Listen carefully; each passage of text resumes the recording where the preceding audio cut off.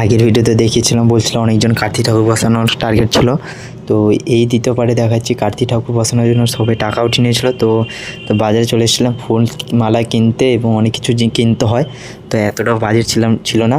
তো সমুদ্রের সঙ্গে এবং সিদ্ধুদের সঙ্গে এসেছিলাম। সিদ্ধুদা ভালোইভাবে দাম দর করছিল, ওই যেমন সিদ্ধুদা দাঁড়িয়েছে কার্তিক ঠাকুরটা দেখছে।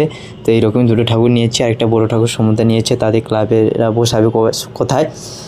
আর তো এসে আমাদের লক্ষ্মী ঠাকুর বসানোটা হয়নি, ভুবনদারা আগে জানতে পেরে গিয়েছিলো। তো সেখান থেকে এর আগেও একজন বসিয়ে দিয়েছে। আমাদেরটা হলো 2 নম্বর কার্তিক ঠাকুর, যেটা দোকান থেকে এসছে। তো আমরা কি করব, লাস্ট অবধি সামনাসামনি দিয়ে দিয়েছি, লুকিয়ে বা বোম ফাটিয়ে মজা করে দেওয়া হয়নি। তো এটি ছিল ফুলের মালা আর এই সুন্দর ঠাকুরটি, যেটা ভুবনদার সামনে প্রজন্মের জন্য দেওয়া। তো যাই হোক, ভিডিওটি কেমন লাগলো তোমরা অবশ্যই কমেন্টে বলবে। আর তোমরা কাদের বাড়িতে কার্তিক ঠাকুর বসিয়েছো অবশ্যই জানাবে। আর এরপরে আবার জানতে